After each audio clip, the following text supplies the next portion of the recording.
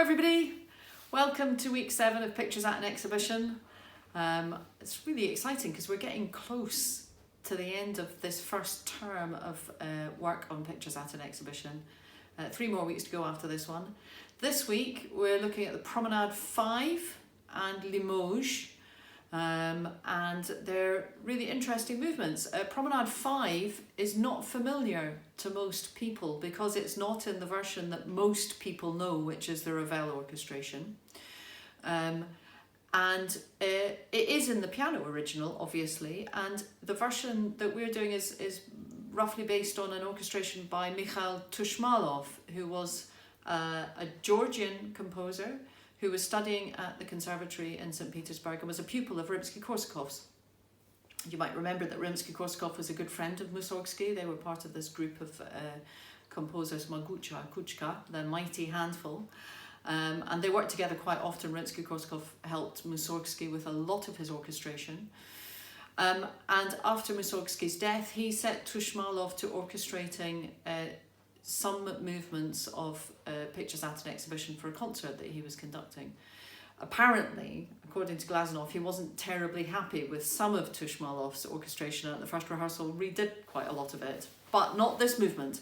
I think he added some bells into the Great Gate of Kiev and various other things. But the Promenade that Tushmalov chose to orchestrate was number 5, which is quite similar in mode to number 1, but it's slightly differently orchestrated, obviously, and the meter is slightly different. Where the bars change time is different, and that creates a different feeling about the melody. So it's quite interesting. Have a listen to this one, have a listen to Promenade 1 and see what the differences are, see how it makes you feel different. And I thought a little challenge for those of you who might have tried composing something last week, because I think I did suggest writing a little tune, didn't I? If you would like to have a go at orchestrating your own promenades, you could go to there's a website, imslp.org. If you go there and look for Mussorgsky, you can find the original piano version, choose one of the promenades and have a go at orchestrating it yourself. So you might choose, if you have access to music software, and there are some free software programs that you can download. I don't think I'm probably allowed to name any here, but you can find things.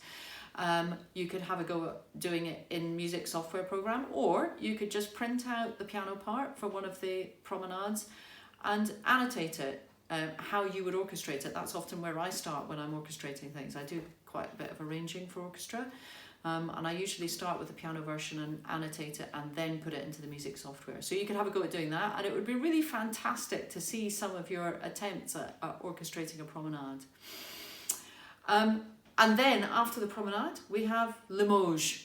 Limoges Market is a real contrast. It's called Limoges Market, and then there's a subtitle in brackets. It says Big News, Bolsha Novosti in Russian, with an exclamation mark. And I think that that's all about ladies rushing around the market. Somebody's found a bargain somewhere and they're trying all to get this fantastic bargain. But apparently, Mussorgsky, in his original manuscript, had put a couple of paragraphs in French explaining what actually was going on, what the big news was. And then he crossed them out. So they never made their way into the final published version. So I thought your challenge for Limoges might be to have a listen to it, have a think about the market in Limoges. It's a busy central French town, northern half of central France, I think, famous for its porcelain manufacturing. And you could write maybe a little story about what the big news is. What is the news? What is going on in this movement? What is everybody rushing around and gossiping about? I think that might be a really exciting thing to have. And can I please encourage you to send in your responses to these challenges? We really want to know what you're thinking about things, what you're doing. We've had quite a few pictures that have come in from some of the younger participants. Maybe some of our older participants have been painting and drawing as well. We'd really, really, really love to see what you're up to, okay? So send in your responses, connect@sco.org.uk. Have I got that right?